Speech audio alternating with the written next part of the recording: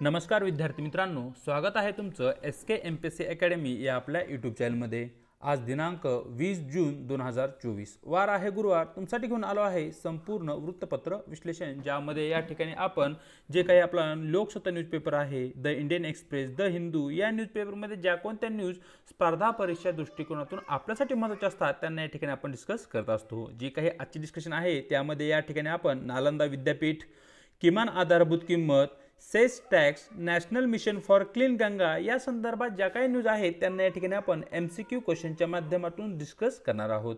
चला तर जी काही आजची आपली डिस्कशन आहे तिला या ठिकाणी आता आपण सुरुवात करूया। मित्रांनो, या ठिकाणी आजची जी काही आपली पहिली न्यूज आहे ती आहे नालंदा या विद्यापीठासंदर्भात। सर्वप्रथम जी काही न्यूज आहे ती न्यूज पाहूया। संशोधनाभिमुख शिक्षणावर भर अशा प्रकारची न्यूज लोकसत्ता पेज क्रमांक 1 वर तुम्हाला दिसून जाईल। अलीकडेच नालंदा विद्यापीठाचा जो काही नवीन परिसर आहे त्या परिसराचं उद्घाटन पंतप्रधान नरेंद्र मोदी यांच्या हस्ते करण्यात आलं होतं आणि याच्या अगोदरच बिहारमध्ये जे काही नालंदा विद्यापीठ आहे त्याचं पुनर्जीवन आपल्या देशामध्ये करण्यात आलं आहे। आणि एकूण जर पाहिलं प्राचीन भारताचा इतिहास पाहिला तर प्राचीन भारताच्या इतिहासामध्ये तक्षशिला युनिव्हर्सिटी, नालंदा युनिव्हर्सिटी यांचं अनन्यसाधारण महत्त्व असलेलं आपल्याला दिसतं, किंवा जागतिक स्तरावर भारताचा एक बौद्धिक वर्चस्व त्या काळामध्ये असलेला आपल्याला दिसतो। एकूण त्या संदर्भात ही न्यूज असलेली या ठिकाणी आपल्याला दिसते। सर, या न्यूजला धरून जे काही आपले प्रश्न आहेत ते प्रश्न पाहूया। कोणत्या वर्षी नालंदा विद्यापीठाचं आधुनिक संस्था म्हणून पुनर्जीवन करण्यात आलं, अशा प्रकारचा मित्रांनो या ठिकाणी आपला प्रश्न आहे। तर मित्रांनो, तुम्हाला माहिती असलं पाहिजे की 2014 साली या ठिकाणी बिहारमधील राजगीर या ठिकाणी जे काही नालंदा विद्यापीठ जुने होते त्या ठिकाणी त्याच ठिकाणी आता नवीन आधुनिक संस्था म्हणून या ठिकाणी नालंदा युनिव्हर्सिटी, नालंदा विद्यापीठाची या ठिकाणी स्थापना करण्यात आली आहे। प्रश्न क्रमांक 1 योग्य उत्तर राहील पर्याय क। पाहूया प्रश्न क्रमांक 2। नालंदा विद्यापीठाच्या स्थापनेचे श्रेय कोणत्या शासकाला दिले जाते, अशा प्रकारचा मित्रांनो या ठिकाणी आपला प्रश्न आहे।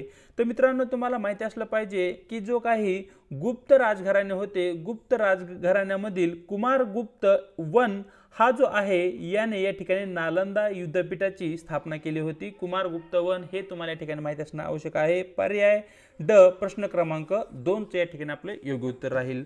पुढच्या स्लाइडमध्ये इन डिटेलमध्ये जे काही नालंदा विद्यापीठ आहे आणि त्या संदर्भात जे काही महत्त्वाचे फॅक्ट्स आपल्यासाठी गरजेचे आहेत त्यांना इन डिटेलमध्ये या ठिकाणी आपण स्टडी करणार आहोत। सर्वप्रथम नालंदा विद्यापीठ काय आहे, तर नालंदा विद्यापीठ आपल्या बिहारमध्ये प्राचीन काळी म्हणजे प्राचीन इतिहासामध्ये उच्च शिक्षणाचे एक केंद्र होते, हे तुम्हाला या ठिकाणी माहिती असणं आवश्यक आहे। ज्या प्रकारे सध्या आपल्याकडे युनिव्हर्सिटीज आहेत अगदी त्या प्रकारे त्या ठिकाणी प्राचीन भारतामध्ये म्हणजे जवळपास 5व्या ते 12व्या शतकाच्या दरम्यान नालंदा विद्यापीठ बिहार या ठिकाणी असलेलं आपल्याला दिसतं। बिहारमधील कोठे, तर बिहारमधील राजगीर या ठिकाणी हे विद्यापीठ स्थित होते, हे तुम्हाला या ठिकाणी माहिती असणं आवश्यक आहे। त्याचबरोबर या विद्यापीठाचे जे काही क्षेत्र आहे ते अंदाजे 14 हेक्टर म्हणजेच एकूण 35 एकरच्या परिसरामध्ये हे विद्यापीठ प्रस्थापित झालेले होते, हे तुम्ही या ठिकाणी सांगू शकताय। त्याचबरोबर नालंदा विद्यापीठामध्ये या ठिकाणी तुम्ही 8 संयुगे पाहू शकताय, 10 मंदिरे, वर्गखोल्या, ध्यानगृहे आणि तलावासह काही वास्तूही या ठिकाणी मोठ्या प्रमाणावर त्या काळामध्ये तुम्ही पाहू शकताय। या ठिकाणी या विद्यापीठाचा जो काही कार्यकाळ होता तो म्हणजे 5व्या शतकामध्ये या विद्यापीठाची स्थापना झाली आणि 12व्या शतकाच्या काळापर्यंत म्हणजे एकूण 800 वर्षे हे विद्यापीठ या ठिकाणी विद्यादानाचं कार्य करताना आपल्याला दिसत होतं। हा जो टाइम पिरियड आहे तो या ठिकाणी आपल्यासाठी महत्त्वाचा आहे, तो तुम्हाला या ठिकाणी नोट डाऊन करून घ्यायचा आहे। या ठिकाणी जे काही विद्यापीठ आहे त्याचा ऱ्हास का झाला किंवा ते नष्ट कोणी केले असा जर तुम्हाला प्रश्न आला तर हा जो प्रश्न आहे तो आपल्यासाठी IMP आहे। या ठिकाणी या पॉइंटला तुम्हाला स्टार करून घ्यायचा आहे। 12व्या शतकात तुर्की आक्रमक बख्तियार खिलजी याने या ठिकाणी नालंदा विद्यापीठाची तोडमोड केली, त्याची नासधूस केली, हे तुम्हाला या ठिकाणी माहिती असणं आवश्यक आहे। 12वे शतक तुर्की शासक बख्तियार खिलजी याने या ठिकाणी नालंदा विद्यापीठ नष्ट केले, हे तुम्हाला या ठिकाणी माहिती असणं आवश्यक आहे। नालंदा विद्यापीठ प्रसिद्ध कशासाठी होतं, तर बौद्ध धर्माचे जे काही अभ्यासाचे एक केंद्र म्हणून या ठिकाणी नालंदा विद्यापीठ त्या काळामध्ये मोठ्या प्रमाणावर प्रसिद्ध होते। या विद्यापीठामध्ये विविध देशातून विद्यार्थी येत होते, ज्यामध्ये कोरिया, जपान, चीन, तिबेट, इंडोनेशिया, पारशी, तुर्की अशा इतरही देशातून मोठ्या प्रमाणावर या ठिकाणी विद्यार्थी अभ्यास करण्यासाठी या ठिकाणी येत असत। विशेष बाब म्हणजे या ठिकाणी प्रसिद्ध चीनी प्रवासी हुयांग तसन, ज्याला की या ठिकाणी आपण उवानझांग याही नावाने ओळखतो, त्याने 7व्या शतकामध्ये नालंदा विद्यापीठाला भेट दिली होती आणि या ठिकाणी बौद्ध धर्माचा त्याने अभ्यासही केला होता आणि त्या संदर्भात काही ग्रंथही तो या ठिकाणी चीनला घेऊन गेला होता, हे तुम्ही इतिहासामध्ये पाहिलं असेल।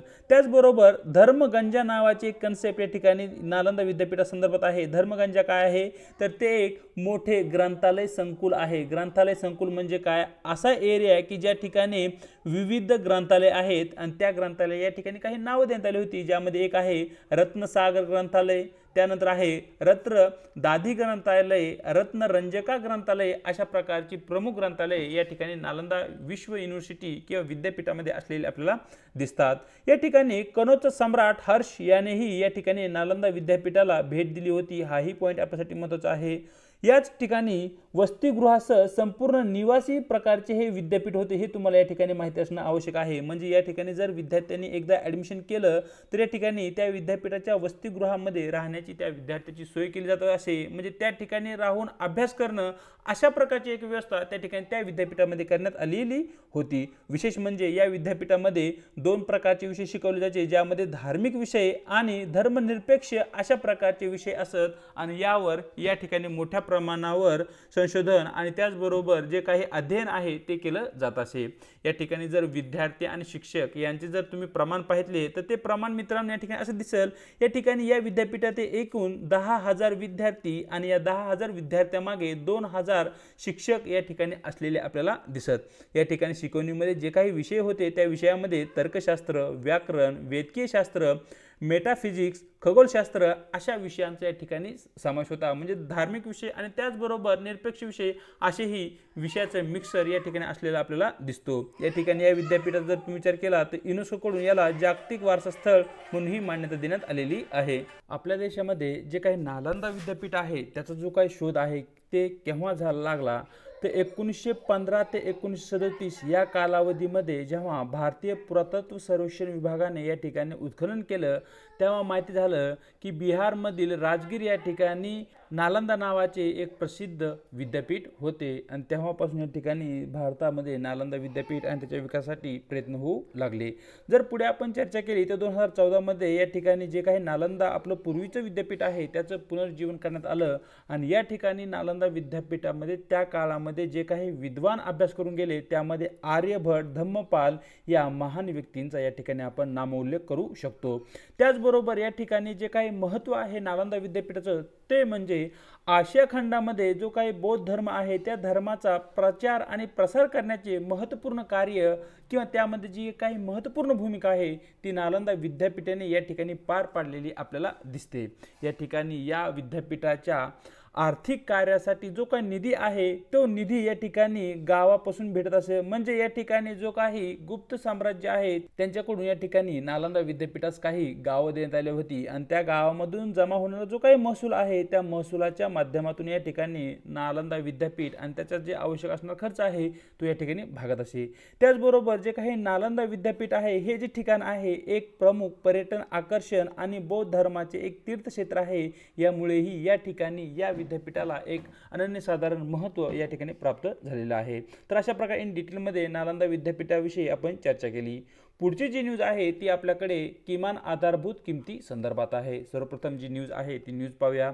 भारत सरकारला किमान आधारभूत किंमत मिनिमम सपोर्ट प्राइसची शिफारस कोण करतं, अशा प्रकारचा मित्रांनो या ठिकाणी आपला प्रश्न आहे।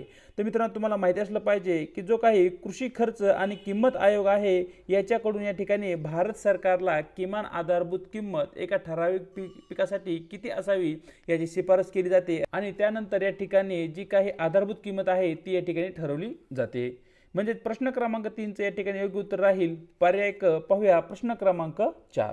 खरीप पिकासाठी मिनिमम सपोर्ट प्राइस सहसा कधी जाहीर केला जातो असे या ठिकाणी प्रश्नामध्ये विचारण्यात आलेलं आहे।